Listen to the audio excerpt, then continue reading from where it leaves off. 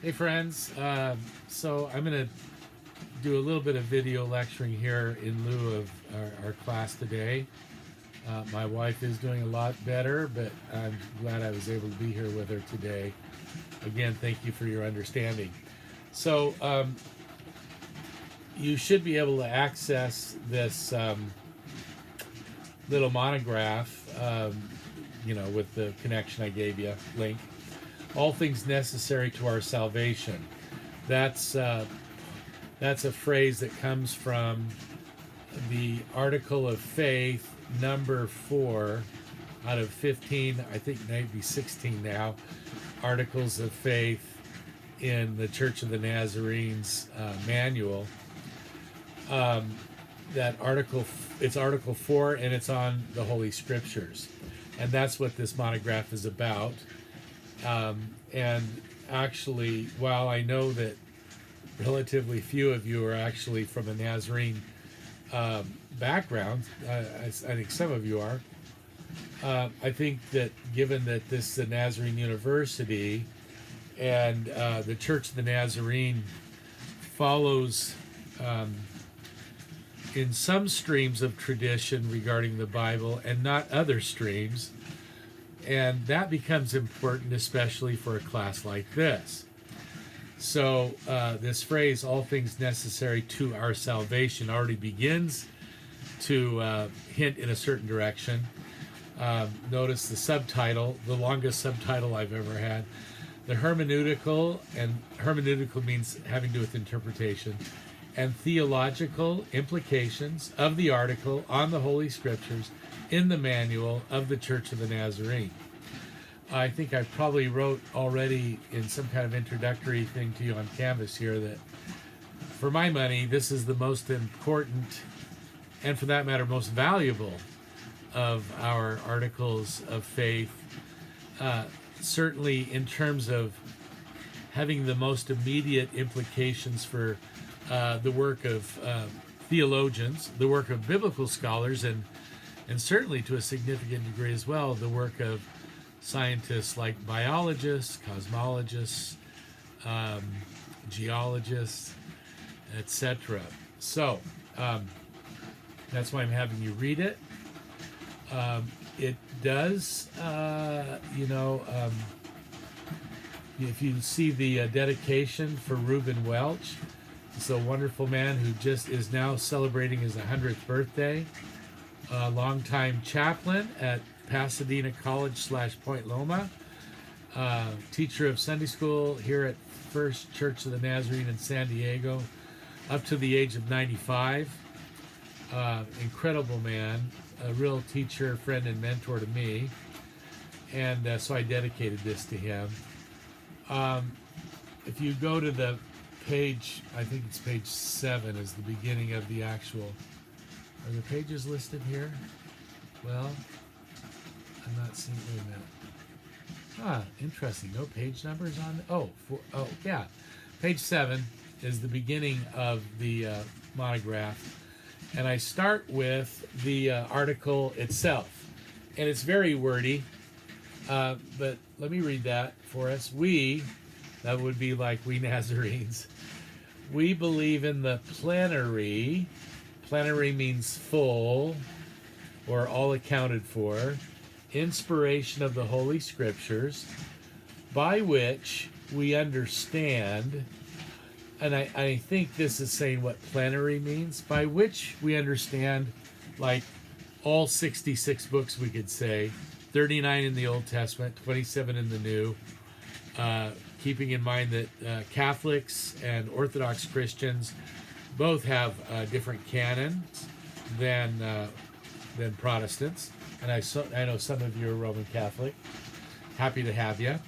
So this is a very Protestant statement. The 66 books of the Old and New Testament, given by divine inspiration, inerrantly revealing. So inerrant is usually a noun. No, an adjective for people that want to talk about the Bible and call it inerrant. Inerrant, means does not err, does not make an error. So, as I mentioned later in this little thing, there was definitely pressure in the Church of the Nazarene. This is like in the late 1920s, so we're coming up on nearly 100 years ago. There was pressure among a significant number of Nazarenes to uh, bolster up the church's sort of official statement of here's what Nazarenes are required to believe. Well, is that the right way to put it? I guess. Or here's what the Nazarenes believe about the Bible. And a lot of people want to say, why don't we say it's inerrant? And the guy that I talk about a lot in here, H. Orton Wiley, who's president of the school in Pasadena for a good stretch of time, and also the most important theologian in the Church of the Nazarene in the 20th century, for sure. And Wiley was the one who's primarily responsible for crafting this statement. So he's trying to skirt around some pressure. There are Nazarenes that want to say, well, let's call the Bible inerrant. He changes this adjective into an adverb so that the Bible is inerrantly revealing the will of God.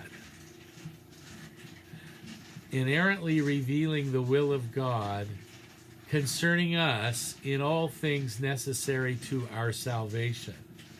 We won't read the rest of it because it's not nearly as important.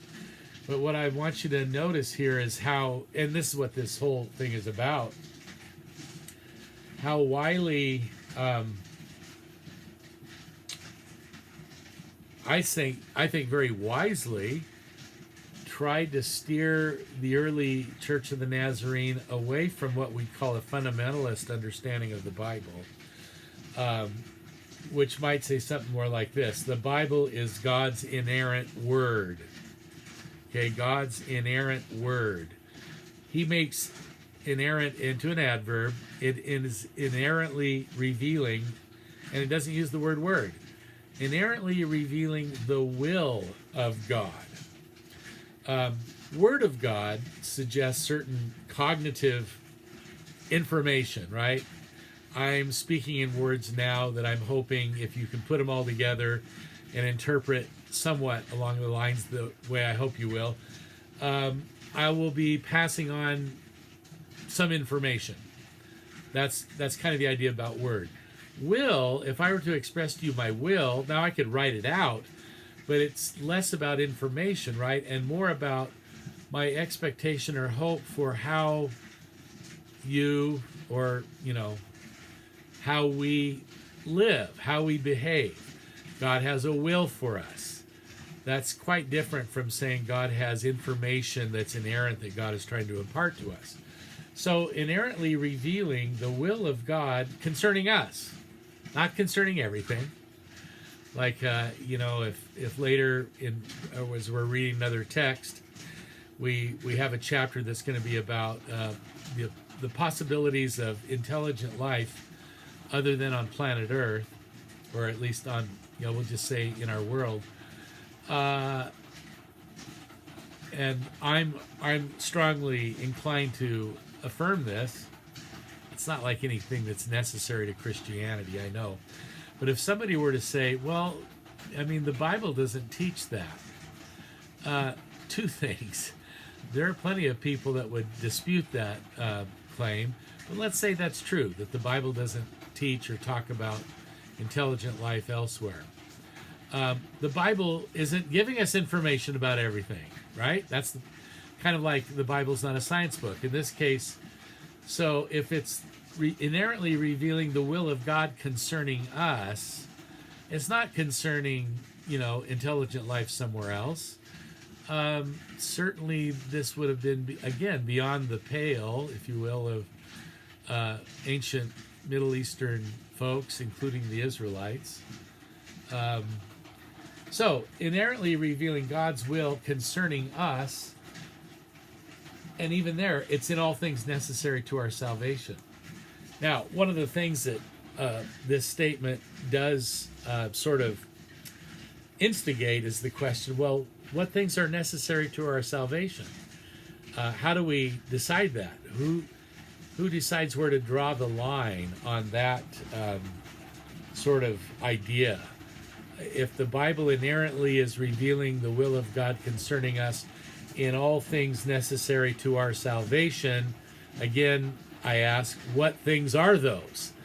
I actually have a follow-up essay that I did later after this this monograph that tries to address that very thing. Because as it is, it's left open. Like, how do we decide which things are necessary, right? So, yeah, what I'm encouraging you to do is to read this. Read it with our class in mind. There's a little bit of history here. I mean, you know, if you need to scan it, skim it, you do that. If you really want to learn about the early Nazarenes and the denomination that is the, what's the word I want here? Oh, the sponsoring denomination for Point Loma, this gives it to you pretty well. One of the things for sure that I try to talk about early on is that in its early days, the Church of the Nazarene didn't put nearly as much emphasis on here's what we believe. It was more about here's the nature of our ministry. And so the emphasis was on ministry to the poor, the marginalized, the forgotten. It started in downtown LA. The founder, Phineas Bresee, said, I want a church. I don't want this to be a downtown mission. There's plenty of downtown missions. Let's actually start a church / eventually denomination whose heart and message and mission is to create a church where the poor are welcomed. Now, again, it started in LA in 1895. We're now in the 2025. Oh my goodness, 130 years later, and we're not in downtown LA, are we? That's one of the ironies. I mean, I love our campus. I do. When Pasadena College moved down here in the early 1970s, I'm not going to say we left behind our mission, because I think that mission is still alive in many ways on campus, including in many of your lives. But the irony of, like, now we're this, I mean, come on, perched on the Pacific Ocean, lovely campus. I have nothing against it. I have a lot that I love about it. And we're plopped down in the middle of a very affluent part of Point Loma. Most of Point Loma is fairly affluent. But right here, oh my goodness. So here we have this beautiful university. The founder, Phineas Bresee, who is also the founder of the Church of the Nazarene, I think in many ways would be very happy with this university now. I'm not going to say about everything, but I think he would have. But he would also go scratch his head about, location. How many poor people do we have living around here? There's some, right? Probably not right around here too many. All right, that's enough of that. Ocean Beach is not far away, right? I'm going to stop this one. Maybe I'll come back and say a little bit more.